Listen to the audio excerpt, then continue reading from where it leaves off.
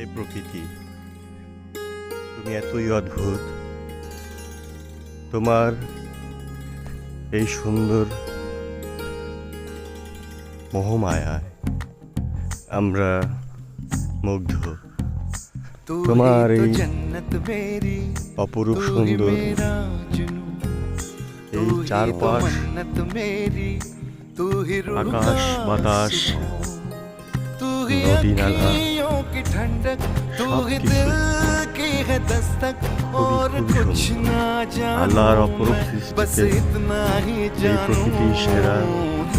আল্লাহ মানুষের জন্য এত সুন্দর করে সৃষ্টি করেছেন, আমরা তা বুঝি না, আমরা তা মানি না। আমরা প্রকৃতিকে মারি, ভোটটা কেড়ে নেই, কিন্তু দিন শেষে মানুষকে কষ্ট দিয়ে ফেলি। আরে আমরা বোকা, আমরা বুঝি না কেন আমরা মানুষকে কষ্ট দিই।